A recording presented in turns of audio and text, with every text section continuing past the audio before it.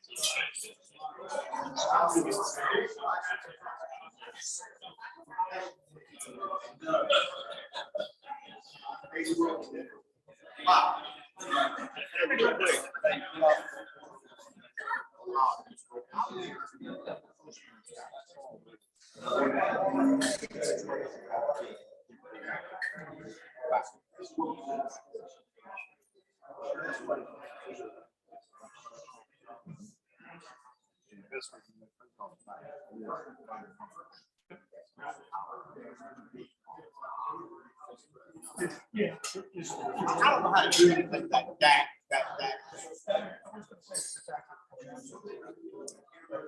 For right now.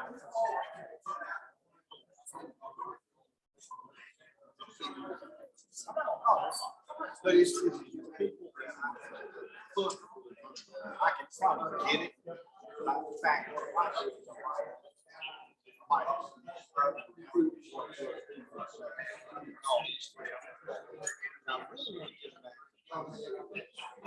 oh, and by the way, you may reach out to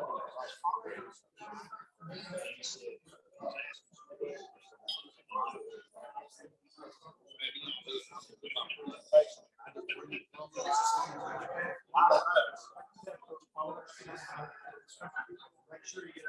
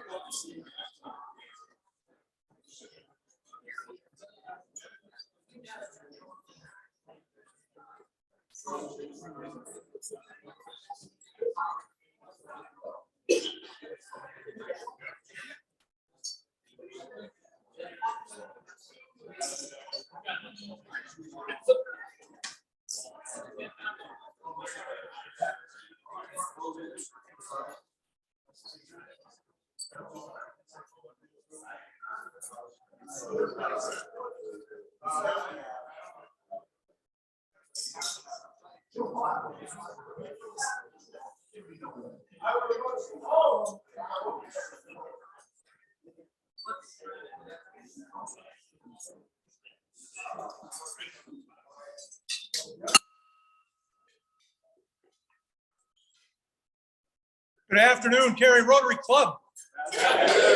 Happy Election Day. As they say, we'll get some. Yeah, there you go. Well, as they say in Boston, vote early and often. Early and often. But it's a fantastic spring day. It's great to see so many smiling faces. I got to tell you, the view from up here is really spectacular. So thank you all for being here. Can I call now on Bob Lyerly to lead us in the invocation and the pledge?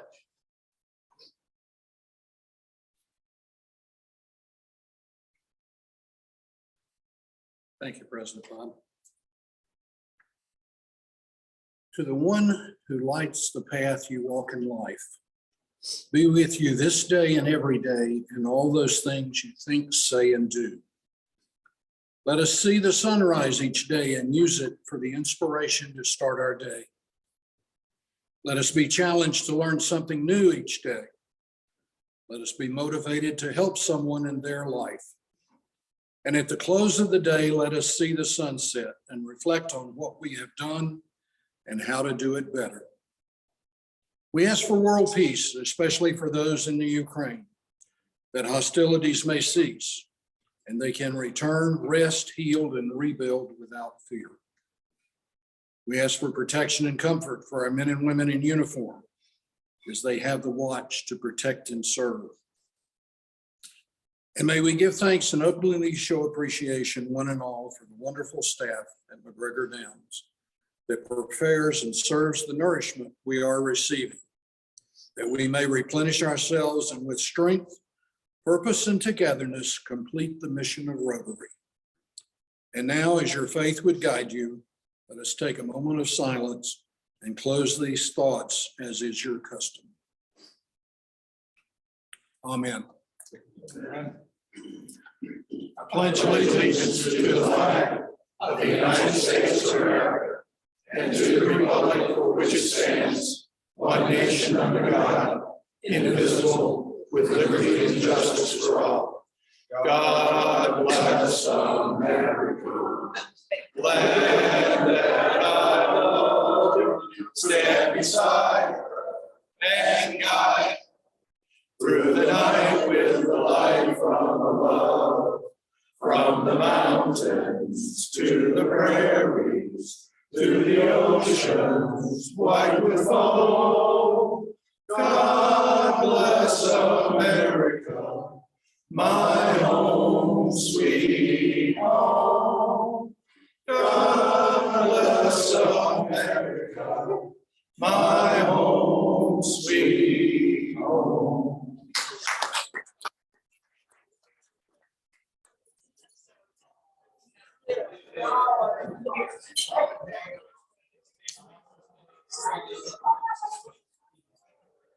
Please let Tim Mannix not hear that version of God Bless America. Tim is not with us today because he's working at the polls. And Paul Wasokevich is working at the polls today too. So we're thinking of them as they work while we play. Darren Gay, can I ask you to introduce our guests and visiting Rotarians? Absolutely, Bob. We got two of each today, which is pretty exciting. Jerry, you're up first. You're going to introduce your guest, please. Okay. Well, I'd like for you to meet a friend of mine, Van Starling. He's been here one time before, but he has an ambition to join our club. Yes. Welcome, Van. You've come to the right place. We can help you with that. Okay. We'll get you. Bob, I'm going to put it back to you. So just turn that camera around and hold it on yourself, and you introduce your guest today, John. Well, I won't make our audience dizzy, so I'll just introduce John Amarante, Yes. who is also my friend and is anxious to join our club and has joining us for the second or third time, I think, today as well. So Perfect. welcome, John.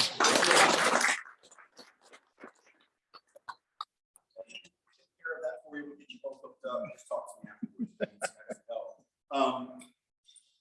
We've got a visitor who's also going to be our speaker today. So he's going to get introduced a little bit later by somebody else. But Tim, thank you for joining us from the Holly Springs Club. And then returning ever faithfully back every once in a while, Ken. Ken, thank you for joining us today. Welcome, Ken.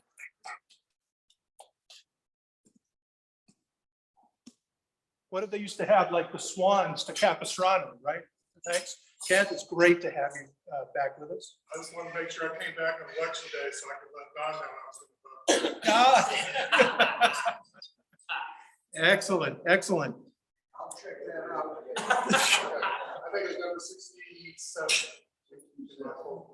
Yeah, vote number 67. Are you checking which boxes were checked as well, Don, or just whether there was a vote tally? All of the above. Gotcha. Or does that mean that he's actually voted 67 times already? I don't know. Early and often. Early and often. I want to also, while we have a moment, thank Renee Spell once again for putting together a really fun social event at Bull City Cider Works last Thursday.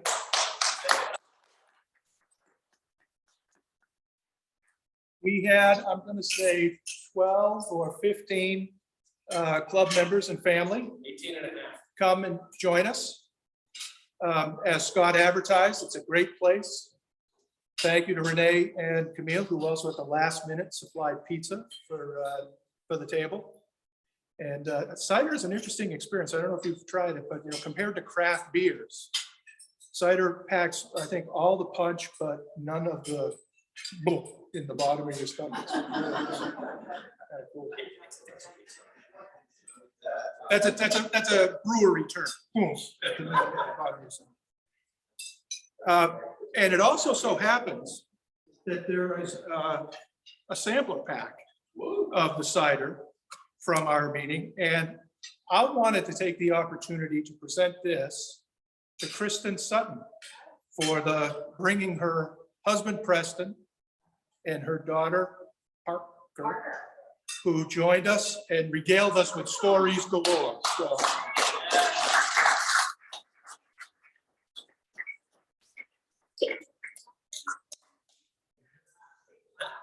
I believe Parker is of age, so.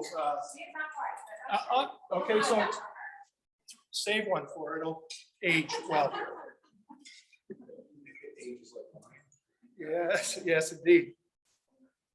So while we're thinking about the social, I also wanted to share with you some news. I want to thank Pat and Renee for letting us know that Sally Shaver had some surgery in the last week or so. She had knee surgery, knee replacement yesterday. And so there are those among us that know what that's like. And so we'll send out our thoughts and prayers for her for a very quick recovery. Everybody I've ever known that's had that surgery hated having it, but would do it again in a heartbeat. So good luck to Sally. In terms of planning your calendar, I wanted to remind you, Rod Brooks last week mentioned that Hal Jordan and Rise Against Hunger will be doing a major meal packing event at Kirk of Kildare. That'll be on Saturday, June 11th. There'll be a number of shifts available. This is a great friends and family event as well as Rotarians. I know several of us have had family members, kids come and help, and it's really a terrific and fun environment. There'll be a sign up genius that'll be distributed shortly where we'll be able to sign up for a number of, maybe 4 or 5 shifts across the day. So set aside some time, Saturday, January 11th, what's that, 3 weeks from now, for our first meal packing event, essentially in 2.5 years. So it should be a lot of fun. Finally, just a reminder that the district assembly will be happening on Saturday at Greenwood Forest Baptist Church. A great opportunity to get outside the walls of our club and to run into other Rotarians. Jim Lovejoy, Tim Mannix, and myself had the chance to do that at the district conference this past weekend. And it's just a lot of fun to get to know people that have a common cause. And this club was well recognized. I want to thank Krista, for her help in raising, we are looking for those items to put in the shower kits. As a club, we contributed over 1,500 items to be placed in those kits. Rotarians stuffed 2,000 shower kits for use by street people that are forced to live on the street in Winston-Salem and the surrounding area. So your support was felt and it was substantial. And it was nice to have the club be recognized in a number of different ways in that setting as well. So it was my first time going.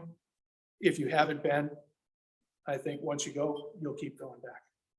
So thank you for all your support of what they're doing. Can I ask if there's any miracle moments? Kristen has one. So my youngest, not the one that earned me the cider, but my youngest tried out for the NC State dance team this weekend and she made it. Hey.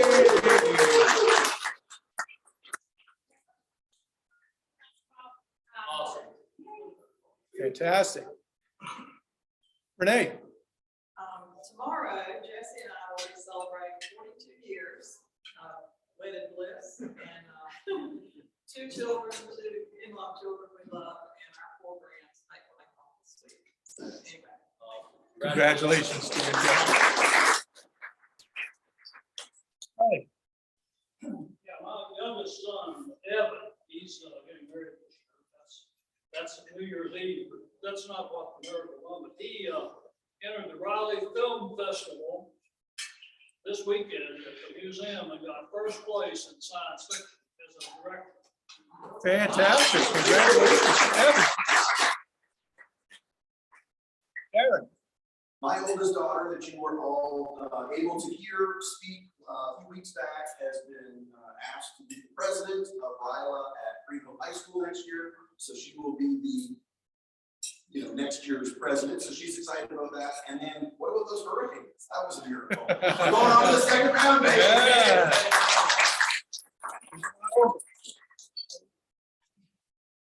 Anything else? Neil Lagarde, I know, Neil, you wanted to share a miracle moment with the group. We can hear you. Okay, thank you, Bob. Wanted to first thank everybody for all the support they gave to Summer Salute this past week. I don't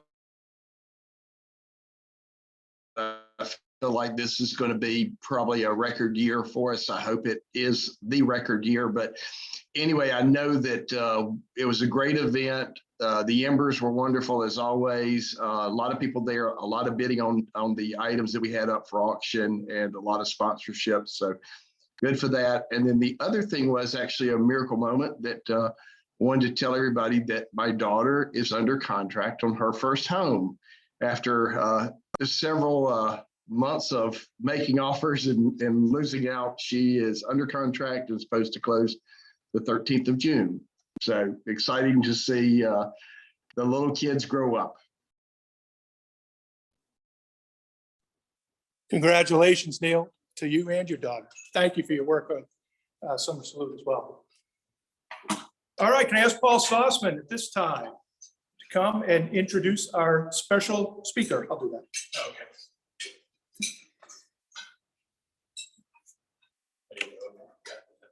Thank you, Bob. Our guest speaker today is Tim Farless. Tim is a resident, grew up actually in Eastern North Carolina. He's a graduate of UNC Chapel Hill. He's been married for 25 years and has 2 boys.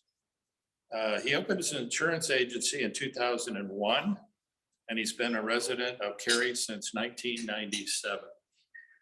He's a charter member of the Holly Springs Rotary Club, 2004, and he's currently the president of the Holly Springs Rotary Club. He's a member of the Cary Presbyterian Church, and his hobbies are fishing, scuba diving. So please welcome Mr. Tim Farless.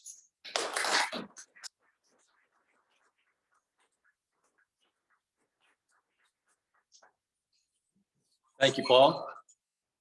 Well, guys, I must say I was sitting there taking some notes about things that your club does. And of course, now that, Bob, you can relate to this, we're only 6 weeks away from new officers.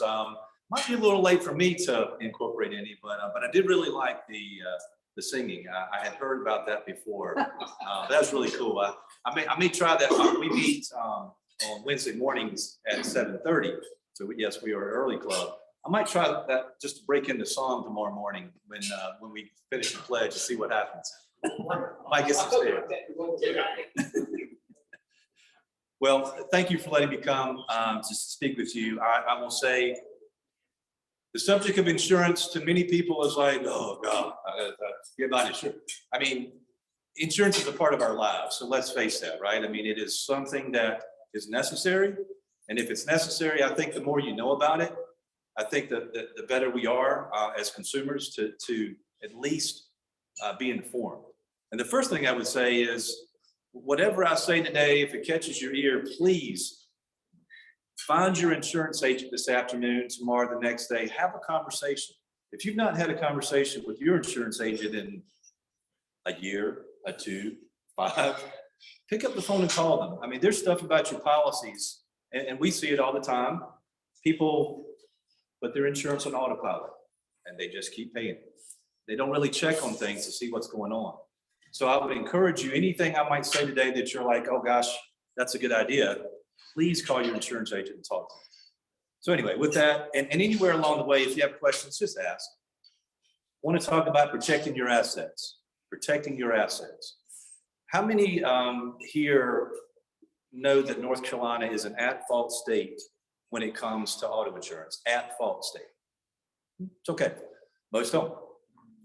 At-fault state means if you cause an accident on the road, you're responsible for property damage, but also can be sued for the bodily injury. So if your limits are lower on your auto insurance and you have assets, well, that's a problem, or can be. How many of you, you don't have to raise your hands, but how many in here have ever had a speeding ticket? Okay. But did you get some letters in the mail? Did you get some letters in the mail from attorneys that wanted to help you with that speeding ticket? Well, if you did, it's the same thing that happens on the accident side.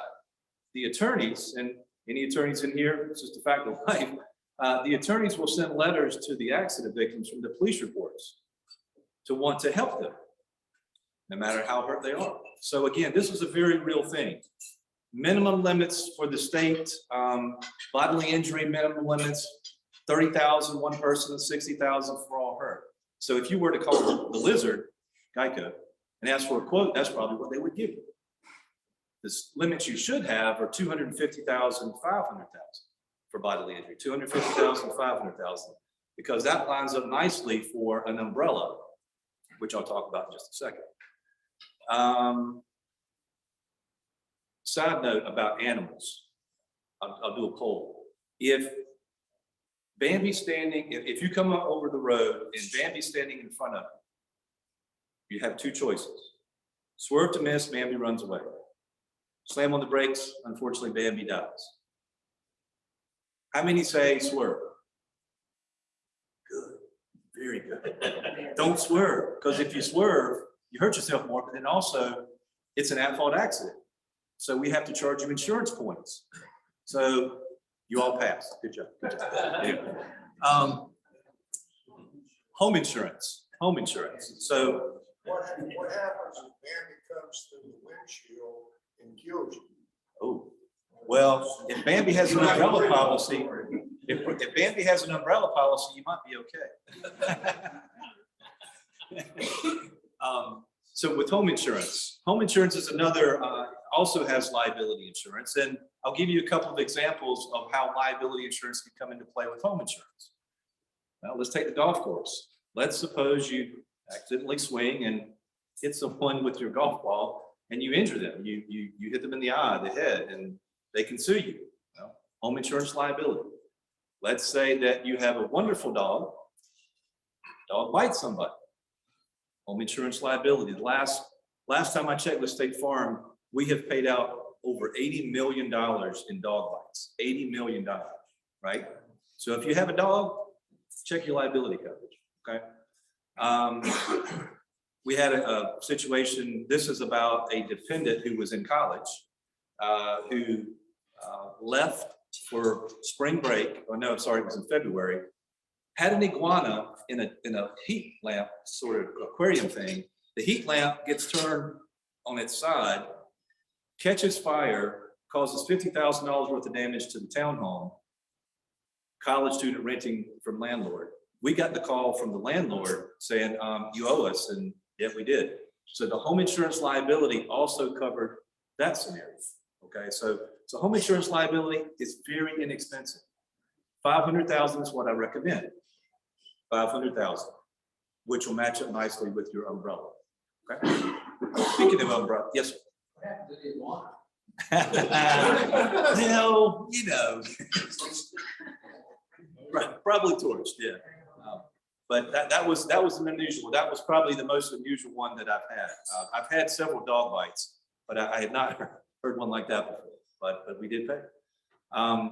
Umbrella policies. So what umbrella policies do is, some of you probably have them, they wrap over the liability from the auto liability and the home liability.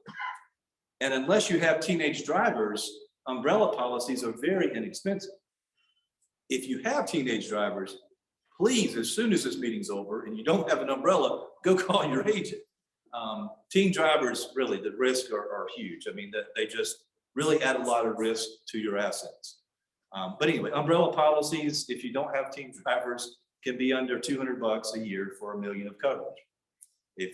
And there's people ask, well, how much umbrella should I have? What level should I have?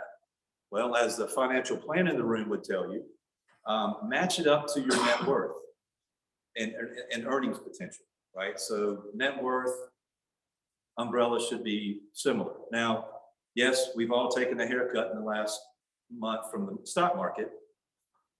Don't worry, it'll bounce back. But don't let that, I still would have your umbrella limits higher because it's just very inexpensive, okay?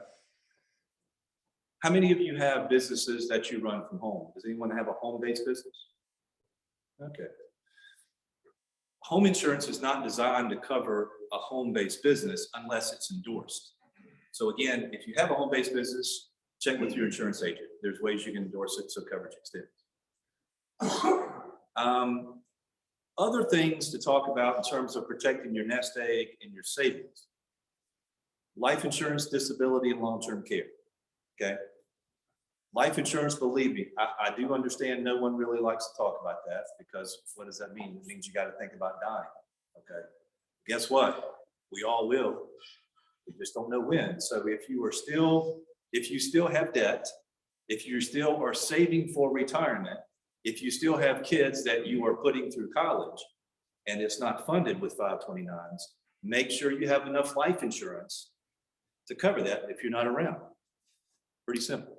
And if you have some older plans, older life plans that you haven't looked at in 10 or 15 years, you really should take them out of the cabinet and look at them because the premiums could be going up if it's term insurance.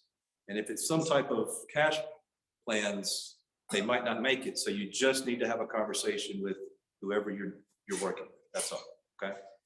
Disability insurance, the least marketed, least talked about thing, but if you are still working, disability insurance is critical to your financial picture. A lot of companies have long-term care, long-term disability, take advantage of it, okay? And that brings us to long-term care. Probably in the late 90s into early 2000s, there were, I'm just going to guess and say 20 carriers, 25 carriers doing long-term care. Well, a lot of people bought it because they should. Premiums were reasonable. But then the carriers started looking at, wait a minute, everybody's hanging on to this stuff and look at all these claims over here. So if you look at the market today, there may be, I know there's less than 10 people that are writing. State Farm is no longer writing. But we held on to the policies we had. So if long-term care, should we all be thinking about long-term care? Yes. Can you self-insure? Potentially, if your net worth is enough. Once again, have some conversation with your insurance agent, with your financial planner. That's where it starts. And now some tips.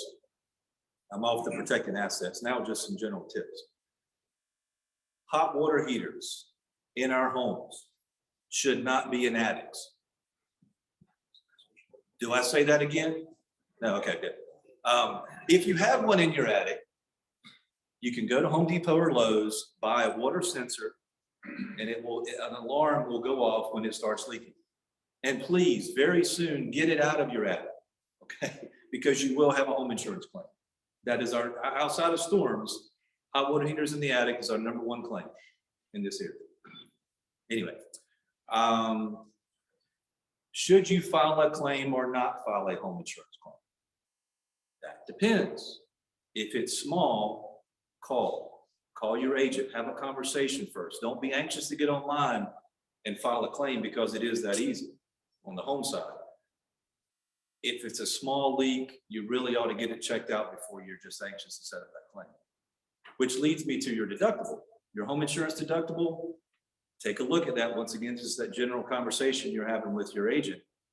Probably if it's at 1,000, should be at 1,500 or 2,500. It'll save you some money. And it will motivate you not to file a small claim. I can go on, That's really about all I had. I wanted to try to give you an overview and really encourage you to have conversation with your agent. If I hadn't said that enough, I'll stop, right? But please have some discussions about protecting your assets, what's important. Your lives have changed probably since you set your policies up. So please do that. So any questions?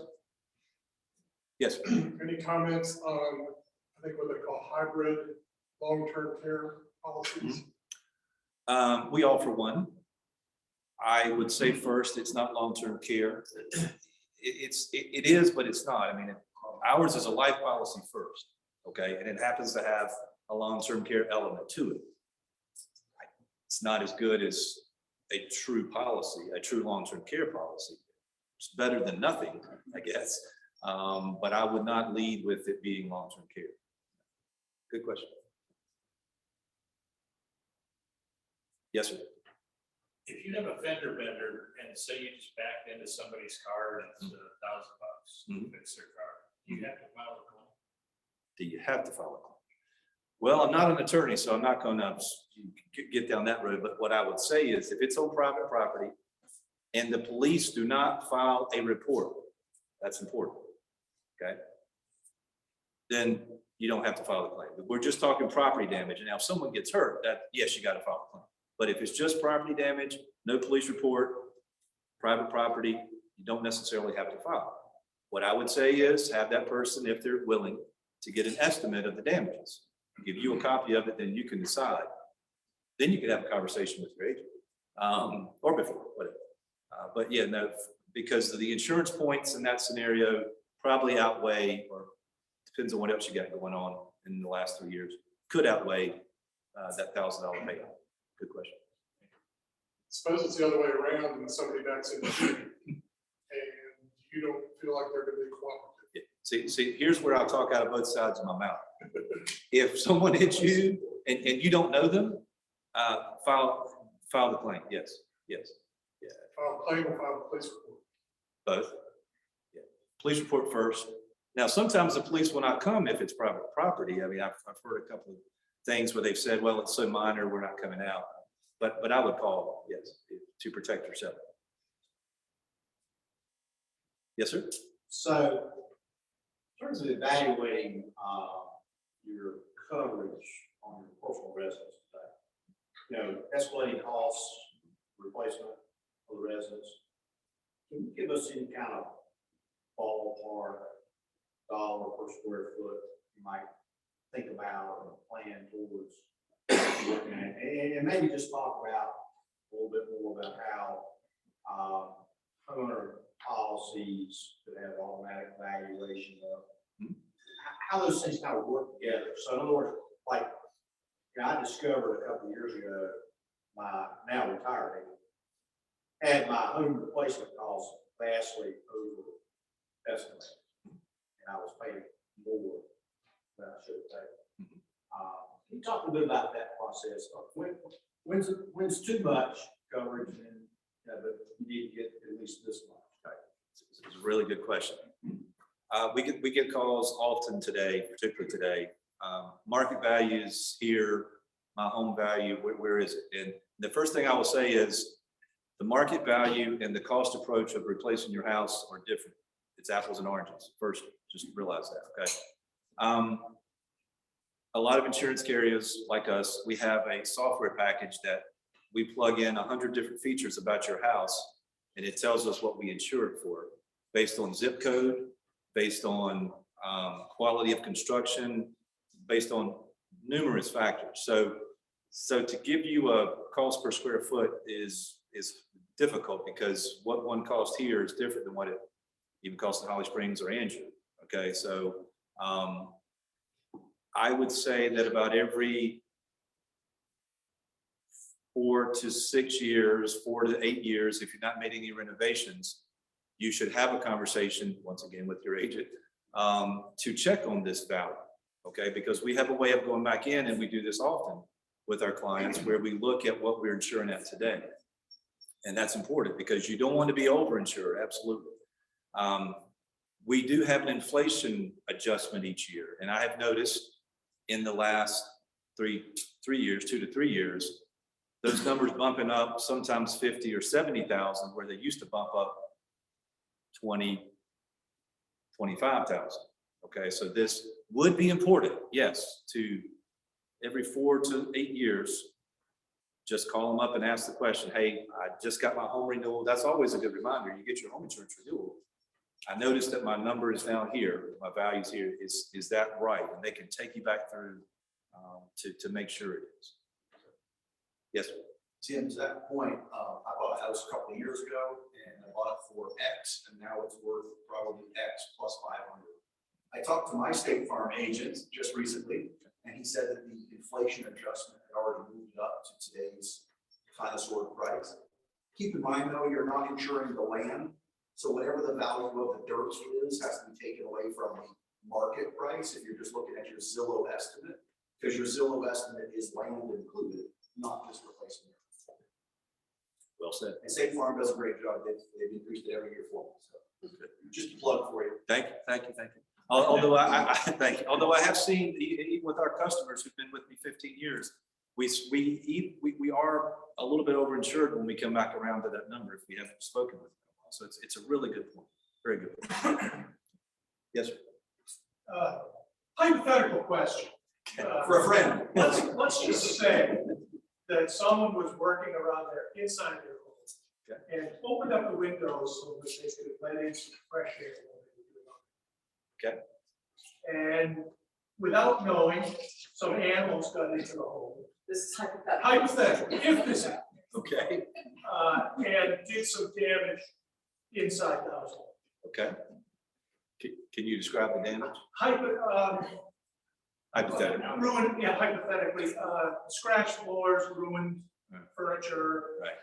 broken knickknacks. Gotcha. Were they raccoons? Elephant? Well, hypothetically, birds can do a lot. So first, I would say if that were to occur, to get an estimate of what all that is, see what you're dealing with, compare that to a deductible. Typically speaking, animal coverage like that is not covered. Damage like that is typically not covered. I wanted to ask if we already had one. What if the animal jumped through the window? Well, depending on the price of the window, once again, I'm coming back to that deductible. I mean, potentially, right? But if your deductible's $1,500, the window's $500, then. But what about the damage once he gets in there? So once he's jumped through the window? Typically not covered. Well, don't break your window. Fix the window first. We can take one more question. Well, thank you guys for letting me come to speak with you.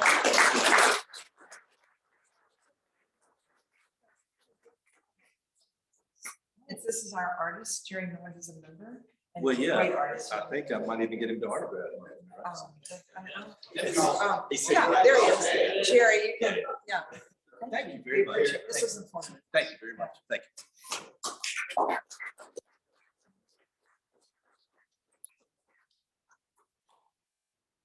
Thank you, Tim. Appreciate you shared some knowledge with us and experience and gave us a lot of things to think about and didn't get some of us off the hook, but really appreciate all of the information you shared. We're fortunate today that a number of the people we need to recognize are here or still here. We need to wish Chris Walker a happy birthday. Chris will be celebrating a birthday on the 23rd, which is next Monday.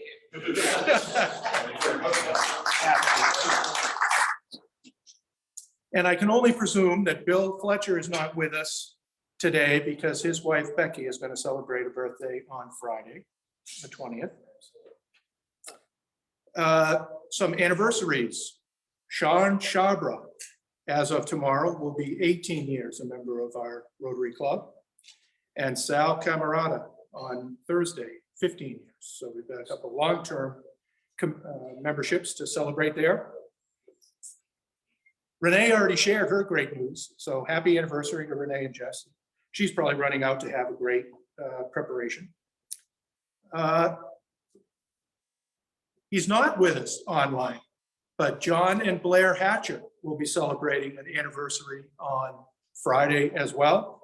And if you see Mark and Ellen Lawson, they'll be celebrating an anniversary on the 22nd on Sunday. So congratulations to all those people. We'll be thinking of great thoughts about them. Next week, we'll have a presentation on Miracle League. Tony Withers will join us for, I'm sure, will be an uproarious and entertaining presentation on the Miracle League, not to mention a great organization to support. Our meal next week will be fish and chips with some coleslaw. We're in a little bit of a comfort food segment here over the last several weeks. We'll come back to salads, I'm sure.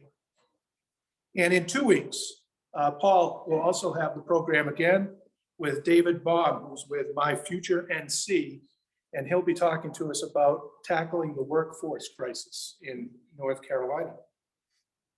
I don't know whether that's too many or too few jobs, or too many workers or too few workers, but there's definitely stress in the system, and he'll be talking to us about it. As we wrap up today, I do want to thank everybody that makes our meeting possible. Of course, everyone that's here in the room and online. I want to thank Scott for pitching in for Paul Wasakevich and Tim Manning. She did double duty. Tell Tim I thanked him, because I forgot to thank him last time he did that task. Darren for introducing our guests. Paul for helping with our speaker, Camille. And I'll thank Kristen in a moment. But certainly, I want to make sure that I thank and welcome Kent. Come back anytime. The door is always open for you, sir. I would just mention that the boot buckets are out. That is a great idea. Thank you for that reminder. And Paul tried to remind me about that, and it bounced off. But the blue buckets are out. Thank you, Kent, and thank you for coming. Thank you, Van, and thank you, John, for coming. We're thrilled to have you back with us and look forward to welcoming you as new members in the future. So the last thing I'll say as we conclude is don't forget to vote, please. Kristen, will you lead us out on the four-way test? The things you think, say, or do. Is it the truth? Is it fair to all concerned? Will it build goodwill and better friendships? Will it be beneficial to all concerned? We are adjourned. Have a great week.